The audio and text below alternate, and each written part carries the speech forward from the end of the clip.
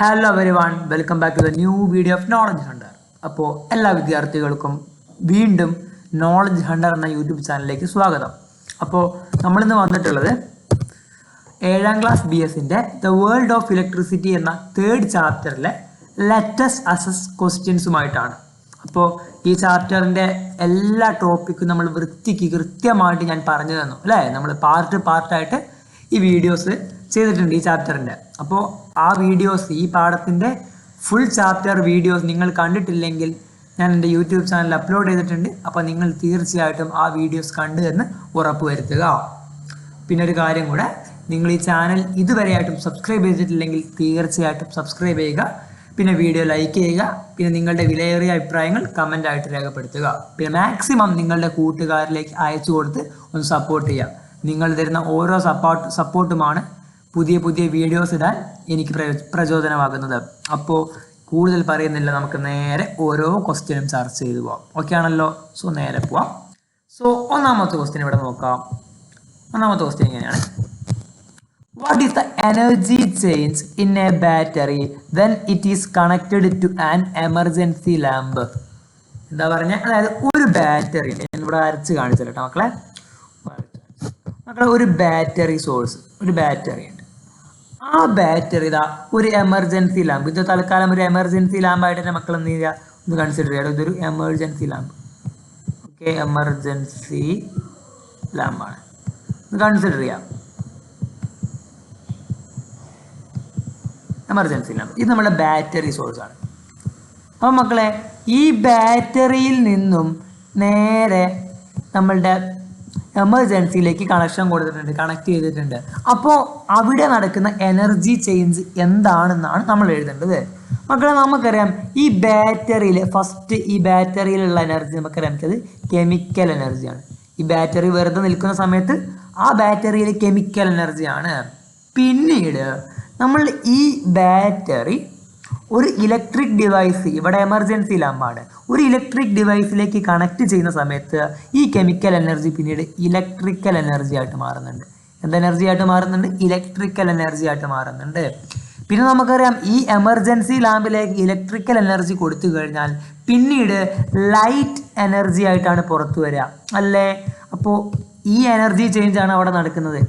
ഒന്നുകൂടെ പറയാം, ആദ്യം ഈ ബാറ്ററിയിലുള്ളത് കെമിക്കൽ എനർജിയാണ്. പിന്നീട് കെമിക്കൽ എനർജി ഇലക്ട്രിക്കൽ എനർജി ആയിട്ട് മാറുന്നു. പിന്നീട് ആ ഇലക്ട്രിക്കൽ എനർജി ലൈറ്റ് എനർജി ആയിട്ട് പുറത്തു വരുന്നു. അപ്പോൾ ഇവിടെ നടക്കുന്ന എനർജി ചേഞ്ച് ഏതാണ്?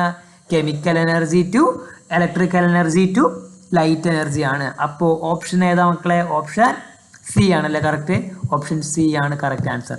നോക്കുക, chemical energy changes first into electrical energy and then into light energy.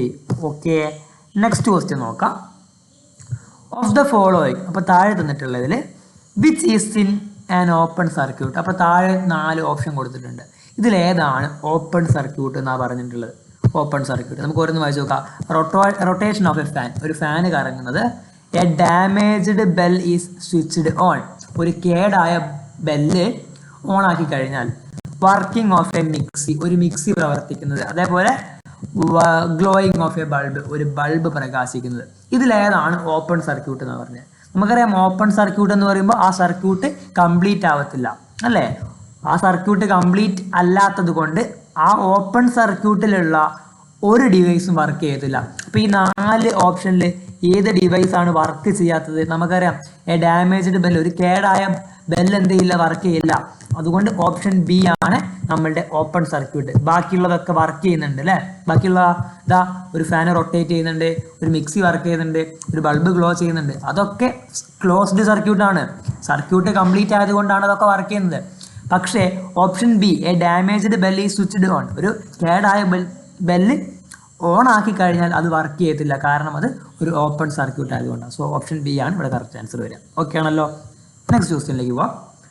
From where do artificial satellites get electricity for its working? നമുക്ക് ആർട്ടിഫിഷ്യൽ സാറ്റലൈറ്റ്, നമുക്കറിയാം കൃത്രിമ ഉപഗ്രഹങ്ങൾ, നമ്മൾ സ്പേസിലേക്കൊക്കെ അയക്കുന്ന ആർട്ടിഫിഷ്യൽ സാറ്റലൈറ്റ്, കൃത്രിമ ഉപഗ്രഹങ്ങൾക്കൊക്കെ ഇലക്ട്രിസിറ്റി കിട്ടുന്നത് എവിടെ നിന്നാണ്? സോളാർ പാനലിൽ നിന്നാണോ, അല്ലെങ്കിൽ ഡീസലിൽ നിന്നാണോ, പെട്രോളിൽ നിന്നാണോ, കോൾ കൽക്കരിയിൽ നിന്നാണോ? നമുക്കറിയാം ആർട്ടിഫിഷ്യൽ സാറ്റലൈറ്റ്സിന് ഇലക്ട്രിസിറ്റി കിട്ടുന്നത് സോളാർ പാനൽ വഴിയാണ് കേട്ടോ. സോളാർ പാനൽ വഴിയാണ് ആർട്ടിഫിഷ്യൽ സാറ്റലൈറ്റ്സിന് ഇലക്ട്രിസിറ്റി കിട്ടുക. ഓക്കെ, നെക്സ്റ്റ് ക്വസ്റ്റ്യനിലേക്ക് പോവാണ്. ഇതൊരു ഇമ്പോർട്ടൻറ്റ് ക്വസ്റ്റ്യൻ ആണ്. നിങ്ങൾക്ക് അറിയുന്ന ഇതിന് ആൻസർ നിങ്ങൾക്ക് അറിയാവുന്ന തന്നെ ആയിരിക്കും. അതാണ് പറയാം. സംടൈംസ് ചില സമയങ്ങളിൽ there is power shortage in Kerala during summer season. വേനൽക്കാലമൊക്കെ ആവുന്ന സമയത്ത് കേരളത്തിൽ പവർ ഷോർട്ടേജ് ഉണ്ടാകും. അത് ഇലക്ട്രിസിറ്റി കിട്ടാത്തൊരവസ്ഥ വരാം. വൈ, എന്തുകൊണ്ടാണ് അങ്ങനെ വരാൻ കാരണം? നമുക്കറിയാം ഈ സമ്മർ സീസൺ ആവുന്ന സമയത്ത് നമുക്കറിയാം ഡാമുകളിലൊക്കെയുള്ള റിസർവോയറുകളിലെ വെള്ളത്തിൻ്റെ ലെവൽ കുറയും അല്ലേ. ഡാമുകളിൽ കെട്ടി നിർത്തിയിട്ടുള്ള ആ വെള്ളത്തിൻ്റെ ലെവൽ എന്ത് ചെയ്യുന്നു? കുറയുന്നു.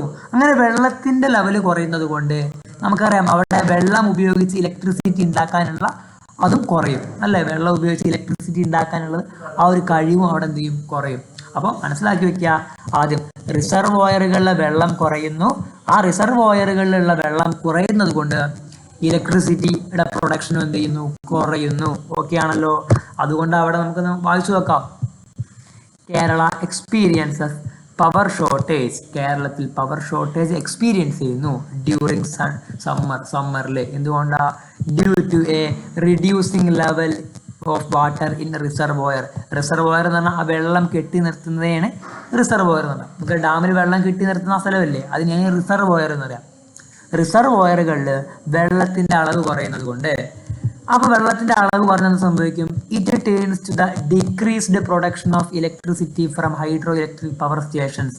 ഹൈഡ്രോ ഇലക്ട്രിക് പവർ സ്റ്റേഷനുകളിൽ ഇലക്ട്രിസിറ്റി പ്രൊഡ്യൂസ് ചെയ്യുന്നത് കുറയും. അതുകൊണ്ടാണ് നമുക്ക് സമ്മർ വേനൽക്കാലത്ത് ഈ പവർ ഷോർട്ടേജ് ഉണ്ടാവാനുള്ള കാരണം. ഓക്കെ അല്ലേ. നെക്സ്റ്റ് ക്വസ്റ്റ്യൻ നോക്കാം. A person is standing in water. അപ്പോൾ ഒരു ചങ്ങായി, ഒരാൾ വെള്ളത്തിൽ നിൽക്കുകയാണ്. An electric line breaks and fall into the water.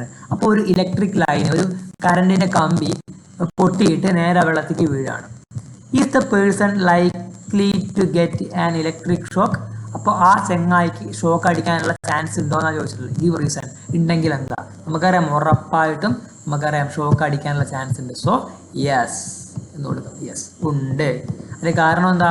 നമുക്കറിയാം വാട്ടർ എന്ന് പറഞ്ഞാൽ ഒരു ഇലക്ട്രിക് കണ്ടക്ടറാണ്. വാട്ടറിലൂടെ ഇലക്ട്രിസിറ്റി പാസ് ചെയ്യുന്നുണ്ട്. അപ്പോൾ നമ്മൾ ആ ഇലക്ട്രിക് ലൈനിൽ നിന്ന് വരുന്ന ഇലക്ട്രിസിറ്റി ആ വെള്ളത്തിലൂടെ പാസ് ചെയ്തിട്ട് അയാളുടെ ശരീരത്തിലേക്ക് പോയിട്ട് അയാൾക്ക് ഷോക്ക് അടിക്കാം. അതല്ലേ ഇവിടെ നടക്കുന്നത്? അത് തന്നെയാണ് നടക്കുന്നത്. സോ അതിൻ്റെ ആൻസർ ഒന്ന് വായിച്ചു നോക്കാം. യെസ്, അതെ. A person standing in water is highly susceptible to electric shock if a live electric wire falls into the water. വെള്ളത്തിലേക്ക് ഒരു ഇലക്ട്രിക് വയർ വീണാൽ അത് അദ്ദേഹത്തിന് അല്ലെങ്കിൽ ആ വെള്ളത്തിൽ നിൽക്കുന്ന ആൾക്ക് ഷോക്ക് അടിക്കാനുള്ള ഹൈ ചാൻസ് ഉണ്ട്. The water act as A conductor. Water ഒരു കണ്ടക്ടറായിട്ട് ആക്ട് ചെയ്യുന്നു. And the current will travel through the water. അപ്പോൾ ആ കറണ്ട് വെള്ളത്തിലൂടെ ട്രാവൽ ചെയ്യും, അല്ലെങ്കിൽ കറണ്ട് വെള്ളത്തിലൂടെ പാസ് ചെയ്യും.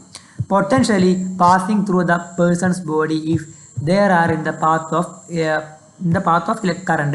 കറണ്ടിന് പാത്ത് മൂവ് ചെയ്യാൻ കഴിയുന്നെങ്കിൽ, കറണ്ടിന് മൂവ് ചെയ്യാൻ ഒരു പാതയുണ്ടെങ്കിൽ ആ പാതയിലൂടെ ഇലക്ട്രിസിറ്റി സഞ്ചരിച്ചിട്ട് അദ്ദേഹത്തിൻ്റെ ബോഡിയിലേക്ക് ആ ഇലക്ട്രിക് ഷോക്ക്, ഇലക്ട്രിക് കറണ്ട് എത്തിയിട്ട് അത് ഷോക്കായിട്ട് അനുഭവപ്പെടാൻ കാരണം ഉണ്ടാവാം. ഓക്കെ ആണല്ലോ. അവിടെ നോക്കാം. 6th ക്വസ്റ്റ്യൻ നോക്കാം. നമ്മുടെ ഫൈനൽ ക്വസ്റ്റ്യൻ ആണ്. Observe the diagram of an open circuit. അപ്പോൾ ഇവിടെ നിങ്ങൾക്കൊരു ഓപ്പൺ സർക്യൂട്ട് കാണാൻ പറ്റും. ഇതൊരു ഓപ്പൺ സർക്യൂട്ടാണ്. കാരണം എന്താ? ഇവിടെ കണക്ഷൻ ഇല്ല. അപ്പോൾ ഇതുകൊണ്ട് ഒരു ഓപ്പൺ സർക്യൂട്ട് കാണാം. Convert it to a closed circuit. അപ്പോൾ ഇതൊരു ക്ലോസ്ഡ് സർക്യൂട്ടായിട്ട് മാറ്റണം. യൂസിങ് എന്ത് ഉപയോഗിച്ചിട്ടാ? Appropriate simple and draw it. അപ്പോൾ ഇവിടെയുള്ള ഓരോ ഡിവൈസിനും നമ്മൾ സിമ്പിൾ കൊടുക്കണം. ഈ ബൾബിന് ഒരു സിമ്പിൾ കൊടുക്കണം. അതേപോലെ ഇത് സെല്ലാണോ ബാറ്ററി ആണോ? ഇതാ 2 സെല്ലുണ്ട്, അതുകൊണ്ട് ഇത് ബാറ്ററിയാണ്. ബാറ്ററിക്ക് സിമ്പിൾ കൊടുക്കണം, അതേപോലെ വയറിന് സിമ്പിൾ കൊടുക്കണം. അപ്പോൾ സിമ്പിളൊക്കെ ഉപയോഗിച്ചിട്ട് ഇതൊരു ക്ലോസ്ഡ് സർക്യൂട്ടായിട്ട് മാറ്റാനാണ് പറഞ്ഞിട്ടുള്ളത്. അപ്പോൾ നമുക്കൊന്ന് വരച്ചു നോക്കാം. നമുക്കൊന്ന് വരച്ചു നോക്കാം. അപ്പോൾ ആദ്യം നമുക്ക് കണക്റ്റിംഗ് വയർ വരയ്ക്കാം. അപ്പോൾ ഞാൻ ഇവിടെ നിന്ന് സ്റ്റാർട്ട് ചെയ്യണേ. അപ്പോൾ ഇങ്ങനെ പോയിട്ട് കണക്റ്റിംഗ് വയർ പോയി. എന്നിട്ട് നോക്കടാ, നമുക്ക് ഇത് ക്ലോസ്ഡ് സർക്യൂട്ടാണ് ആക്കേണ്ടത്. അപ്പോൾ ഒരു കണക്ഷൻ ഒന്നും വിട്ടു പോകരുത് അല്ലേ, കൃത്യമായിട്ട് കണക്ട് ചെയ്യണം. അപ്പോൾ ആദ്യം നോക്കടാ, ഇവിടെ നിങ്ങൾക്ക് കാണാം ഇവിടെ പോസിറ്റീവ്, ഇവിടെ നെഗറ്റീവ് ആണ് അല്ലേ, ഇവിടെ നെഗറ്റീവ് ആണ്. നെഗറ്റീവ് ആകുമ്പോൾ ചെറിയ വര. ഓക്കെ, പിന്നെ നിങ്ങൾ ഇവിടെ കാണാം പോസിറ്റീവ് ആണ്, അപ്പോൾ വലിയ വര വരയ്ക്കും. ഓക്കെ, ഇവിടെ നിങ്ങൾക്ക് കാണാം നെഗറ്റീവ് ആണ്, അപ്പോൾ ചെറിയ വര പിന്നെയും വരയ്ക്കും. ഇനി ഇവിടെ നോക്കണം, ഇവിടെ പോസിറ്റീവാണ്, അപ്പോൾ വലിയ വര. ഓക്കെ, ഇപ്പം ബാറ്ററി ആയി. വലിയ വര ചെറിയ വര, വലിയ വര ചെറിയ വര. ഓക്കെ, അപ്പോൾ എന്തായി, ഇതൊരു ബാറ്ററി ആയി മാറി. ഇനി നമുക്ക് കണക്ട് ചെയ്യാം. അപ്പോൾ ഇങ്ങനെ കണക്റ്റിംഗ് വയർ പോയി ഇങ്ങനെ വന്നു. ഇനി നമുക്ക് ബൾബിനെ സിമ്പിളാക്കി വരയ്ക്കണം അല്ലേ? ബൾബ് നമുക്കൊരു സിമ്പിളാക്കി വരയ്ക്കണം. അപ്പോൾ ബൾബ് വരയ്ക്കാൻ മക്കളെ നോക്കാം. ബൾബ് എങ്ങനെ വരയ്ക്കാം? ബൾബ് നമ്മൾ ഇങ്ങനെ ഒരു സർക്കിൾ ചെയ്യും. ഓക്കെ, ഇങ്ങനെ ഒരു സർക്കിൾ, കൃത്യമായിട്ട് നിങ്ങൾ സർക്കിൾ വരയ്ക്കാം കേട്ടോ. ഓക്കെ, ഒന്ന് മാറ്റിയിട്ട് കൃത്യമായിട്ട് സർക്കിൾ വരയ്ക്കും.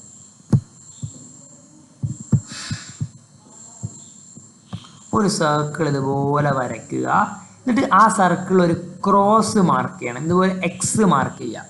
പിന്നെ മക്കളെ ഇവിടെ നിങ്ങൾ നോക്കടാ, ബൾബ് പ്രകാശിക്കുന്നുണ്ടോ? ഇല്ല, ബൾബ് പ്രകാശിക്കുന്നില്ല അല്ലേ? പ്രകാശിക്കുന്നുണ്ടെങ്കിൽ ഇതുപോലെ എന്ത് ചെയ്യണം, വരച്ചു കൊടുക്കണം. പക്ഷെ നമ്മളുടെ ചിത്രത്തിൽ ഇവിടെ പ്രകാശിക്കാത്തത് കൊണ്ട് നമുക്ക് എന്ത് ചെയ്യാം, അങ്ങനെ മേലെ വരയ്ക്കണ്ട, ഇതുപോലെ വെച്ചാൽ മതി. ഓക്കെ, ഇതുപോലെ